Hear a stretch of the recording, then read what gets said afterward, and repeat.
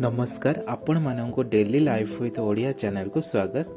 चलतु आज जानिबा 29 अगस्ट रे कौन रही आम इतिहास। किंतु ता पूर्वर आपण माने जदि एही चैनल को देखुचंते ताहले प्लीज दया करी एही चैनल को सब्सक्राइब कर दियंतु। 29 अगस्ट 1905 मसीहा आजिर दिन रे हॉकी खिलाड़ी ध्यानचंद जन्मग्रहण करथिले।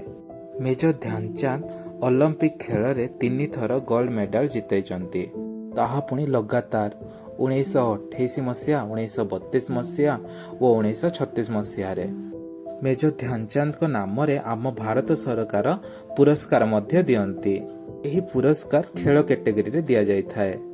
पुरस्कार रो नाम हेउचे मेजर ध्यानचंद खेल रत्न पुरस्कार। ध्यानचंद को पद्म भूषण अवार्ड 1956 मसीह रे मिलिथिला। ध्यानचंद को जन्म दिवस को आम प्रति वर्ष नेशनल स्पोर्ट्स डे भाव में पालन करिथाउ। आज होउची तेलुगु लैंग्वेज डे। आमर गोटे कर्तव्य होउची आम निज मातृभाषा को सब बेले सम्मान देबा। 29 अगस्ट 1949 मसीहा आजिर दिन रे वैज्ञानिक डॉक्टर के राधाकृष्णन जन्म ग्रहण करथिले। ए होउचंती सेही महान व्यक्ति जे मंगल मिशन र नेतृत्व नैथिले।